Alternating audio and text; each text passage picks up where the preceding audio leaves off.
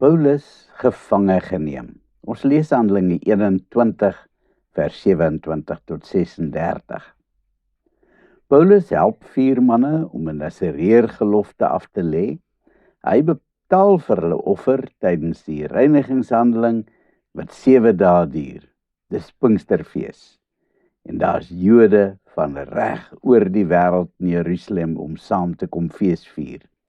Onder andere is daar ook van Paulus se ou sogenaamde vriende uit Asië.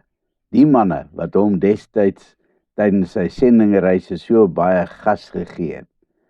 Hulle kan hulle oë nie glo as hulle vir Paulus in die tempel raakloop nie.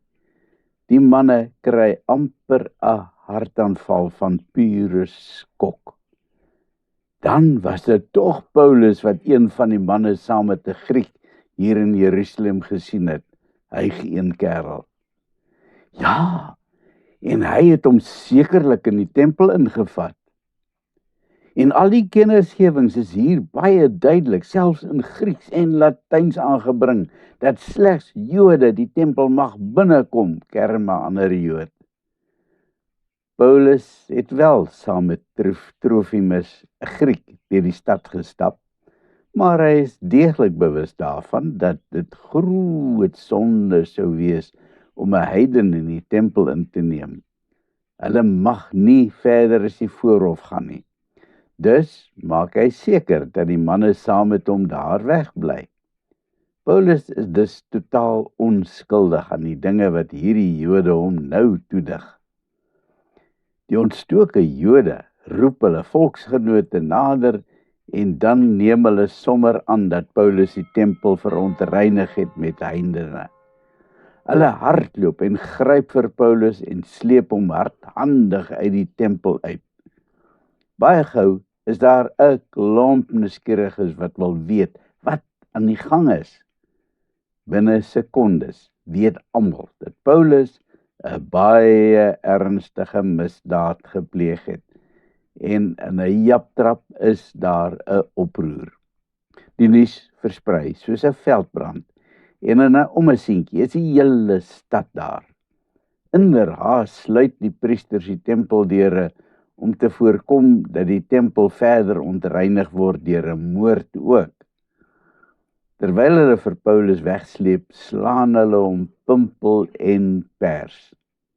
Die mense is woedend en Paulus kry geen kans om te verduidelik dat hy eintlik onskuldig is nie. Mense wil nie rede verstaan nie. Hulle is woedend en hulle het bloed geryk. Nou wil hulle vir Paulus daar en dan dood hê. Intussen bereik die berig van die oproer die oor van Claudius Lysias, die chiliarch, oftewel die bevelvoerder van die Romeinse garnisoensoldate. So terloops, 'n garnisoen bestaan uit tussen 600 en 1000 soldate. Die Romeine het 'n kaserne, Fort Antonio, aan die noordwestelike kant van die tempel gebou, reg langs die tempel, met trappies wat die kaserne met die tempelterrein verbind, sodat hulle baie gou op die toneel kan wees as dinge dalk sou skeefloop. Die tempel was beskou as 'n brandpunt waar die mure baie gou kon opvlam en groot moeilikheid kon uitbreek. Dis tog so tragies, dat juis die plek waar liefde gekweek moes word, die plek waar mense by mekaar in die geel gegryp het. Wanneer die chiliarch van die moeilikheid hoor, vat hy dadelik 'n afdeling soldate om die opstand in die kiem te smoor. As die Jode die soldate aangehardloop sien kom, bedaar hulle dadelik.